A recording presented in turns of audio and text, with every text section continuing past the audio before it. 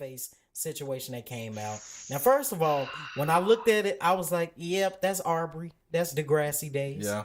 I could tell because he had that, that views from Toronto hairline, haircut, and stuff like that. You can tell that wasn't an Americanized haircut at that point. Nope. The edge up wasn't as crispy as it needed to be.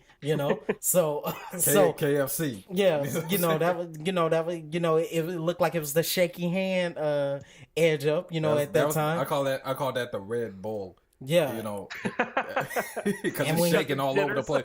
It's got the jitters all over the place. You know what I'm saying? And additionally, when you look at it, I'm like, wait a minute, is that Drake? Because you can't really tell until you look at it hard. But like I said, I saw that views from Degrassi haircut popping off.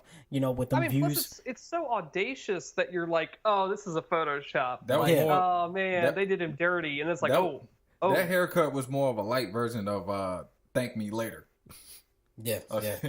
And apparently, I'm gonna read what Drake had to, because he finally responded about the blackface thing, because I think that was going to be the biggest thing that people was going to talk about, because it's just like, dude, you are biracial. No, it was always going to be the kid. I mean, the kid, yes, but when people saw the picture, it's just like, wait a minute, he's in blackface. Obviously, he's trying to do like an Uncle Tom type situation going on and stuff like that. It's like, okay, we knew that people was going to talk about the kid, but he got to explain for this blackface, because it's just like, now, like, I will say this, Drake is one of the most popular rapper, if not the most popular rapper out right now, and he has a fan base across races, white, black, Hispanic, Asian, you name it. He has plenty of fans, and gender-wise too, male and female. Okay, but at the same time, we can't shy away from the fact that hip hop is a predominantly black culture, or style of music and stuff like that. So he has that core fan base that he's still got a answer to, like why you was in blackface in the first place. Right. So when you look at that, if I'm and I'm a fan of Drake, I like Drake's stuff.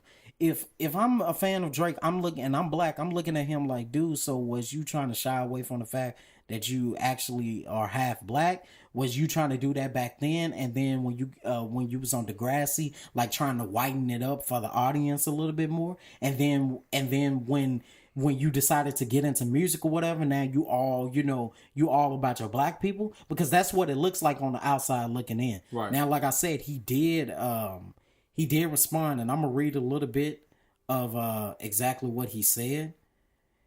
This is pretty much what he said. So he responded on Instagram.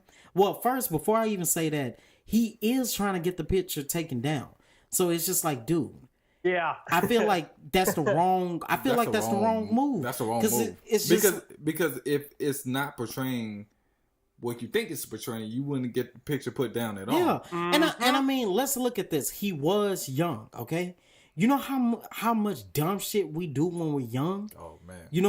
When we're young, we do things, we don't think about it, we say things, we tweet things, and then we come back, and then when we get older, we're like, man, I shouldn't have did that or whatever. Lord. Like, what the hell was I thinking? Exactly. So we do these kind of things. We're not going to sit there and act like that's not true.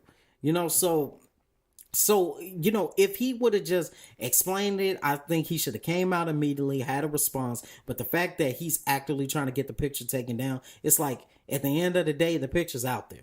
So you might be able to get the picture taken down from certain sites and stuff like that, but the picture's going to always be on the internet. Absolutely. You're not going to be able to get rid of it because there's a lot of web pages and stuff that don't give a care about you, and what they're going to end up doing, they just going to post it right up. You might get it taken down from TMZ and stuff like that, but the picture's already out there. People have screenshotted it, and it's probably in people's phones and all crazy stuff like that. It's definitely the picture is out. Yeah, and there's the Streisand effect. Y'all are familiar with the Streisand effect?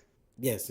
Apparently, Barbra Streisand, when she had her house built, she desperately attempted to block people from sharing pictures of her house. Right. And nobody gave a shit about her house, like, at all, except when she did this and tried to prevent people from seeing it. And all of a sudden, everybody had to know. There was this media fervor about seeing pictures of her house, and she caused a giant stir which caused a bunch of people who otherwise wouldn't have cared to see her house. And I think it's the same thing. Yeah, it's the same if you thing. the harder you try to make something go away, the harder it is going to spread virally online. Like wildfire. Now I'm gonna read what Drake had to say. Now he had this to say. He said, "I know everyone is enjoying the circus, but I want to clarify this image in question. This was not from a clothing brand shoot or from my music career. This is a picture from 2007, a time in my life where I was an actor and I was working on a project that was about young black actors struggling to get roles, being stereotyped and typecast. The photos represented how African Americans were once wrongfully portrayed in entertainment. Me and my best friend at the time, Manzan Ellis Dig or something like that. I butchered the name, but anyway, who is also an actor from Sudan, were attempting to use our voices to bring awareness to the issues we dealt with all the time as black actors at auditions. This was not a highlight and raise our frustrations with not always getting a fair chance in the industry, and to make a point that the struggle for black actors has not changed much." Now, I'm going to say this. I'm going to be like, do we really believe that? No, I don't know. I don't know what would compel someone to do it in the first place. Right. But it definitely sounds like PR speak. Yeah, it sounds definitely PR, like, okay, his publicist came out saying, listen here, you're going to have to respond to this and stuff like that.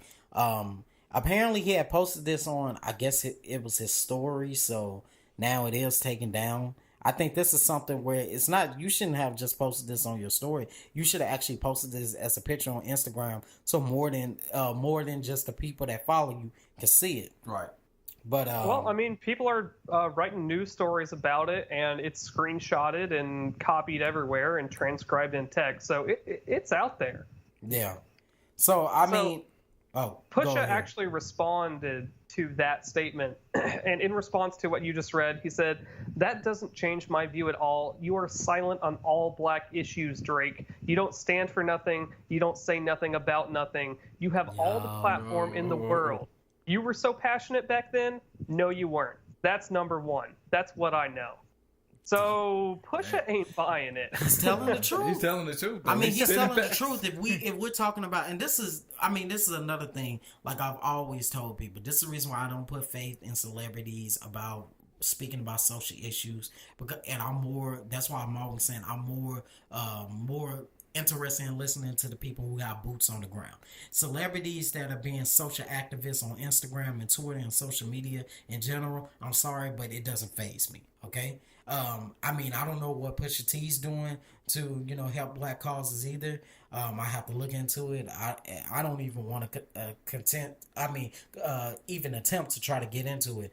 But, that's the reason why I don't put that kind of faith in it. But if we're talking about from Drake's standpoint, that is true. I have not seen Drake come out ever speaking on social issues. Nope. So that is true. That makes a lot of sense.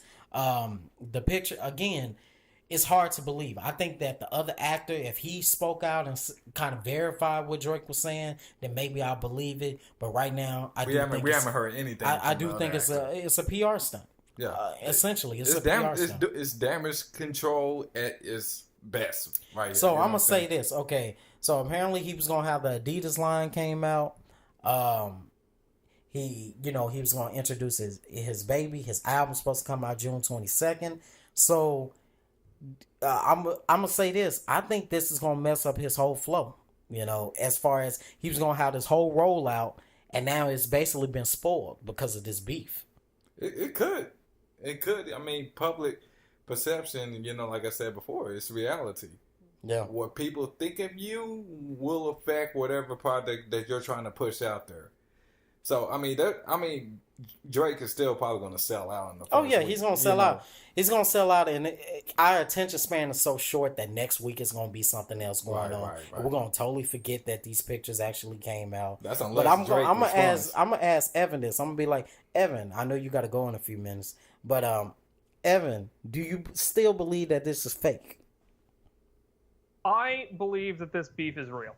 Okay. I have been very convinced by how hardcore this beef has gotten. Right. Yeah. Right. This one's legit. Yeah, I don't think you would ever drop this kind of stuff in a friendly in a friendly argument, in And a I friendly media hype beef. Oh yeah, and I think it's over. Honestly, Yeah, I think it's over. It's no coming back from this. Because what Pusha T was spitting out was straight facts. Mm-hmm. Yep. And how do you respond to that? You can't argue with the facts here. Yeah, Yeah, without question. Now, before you get out of here, Evan, we got to talk about Roseanne. Okay.